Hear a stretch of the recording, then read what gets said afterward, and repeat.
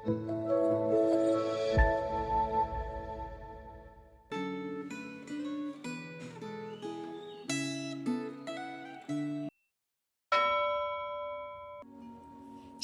Bapak Ibu Saudara yang terkasih di dalam Tuhan. Hari ini kita akan sama-sama belajar firman Tuhan dengan tema dipilih untuk hidup dalam ketaatan. Sebelum kita memulai perenungan firman Tuhan pada hari ini, mari kita berdoa. Bapa yang baik, saat ini kami datang ke hadirat-Mu dengan hati yang rindu untuk mendengar suara-Mu. Kiranya Engkau menenangkan hati dan pikiran kami, agar kami dapat mengarahkan hati kami hanya kepadamu.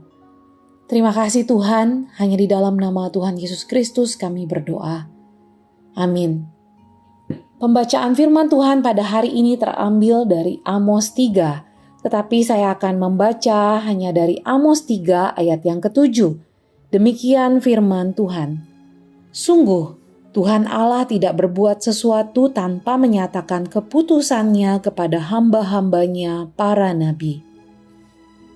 Bapak Ibu Saudara, saat tiba di rumah dengan wajah gembira, seorang anak memeluk ibunya dan berkata, "Ma, aku dipilih untuk masuk ke tim basket sekolah."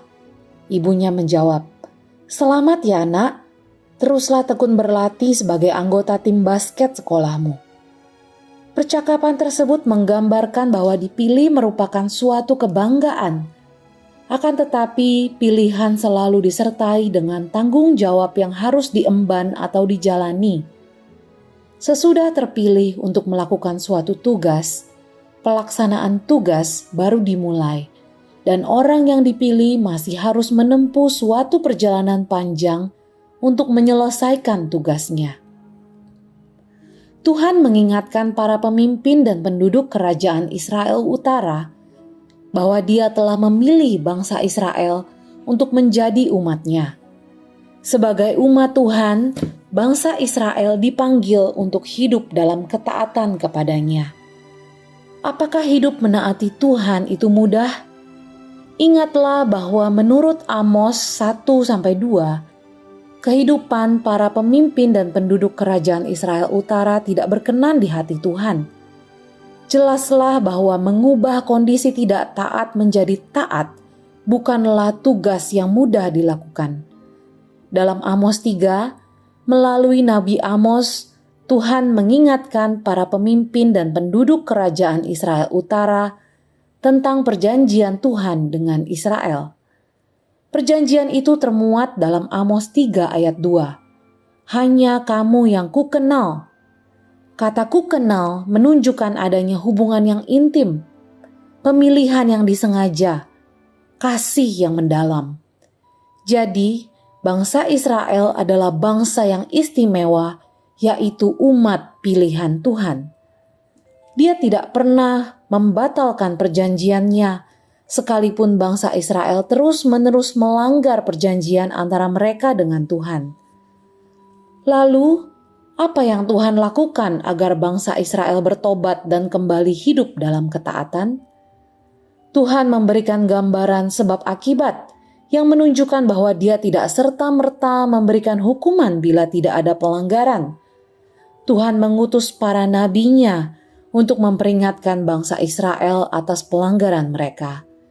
Secara khusus, Tuhan mengutus Nabi Amos.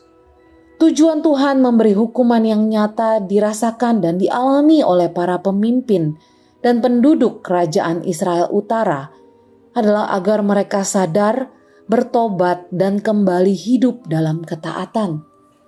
Apakah Tuhan perlu langsung menjatuhkan hukuman kepada Anda agar Anda yang tidak taat bersedia berubah menjadi taat?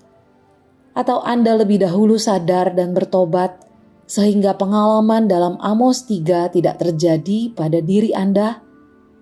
Kiranya Allah Roh Kudus mengingatkan dan membuat kita hidup dalam ketaatan. Mari kita berdoa. Bapa yang bertahta di dalam kerajaan sorga, kami bersyukur karena kami adalah umat pilihan Allah.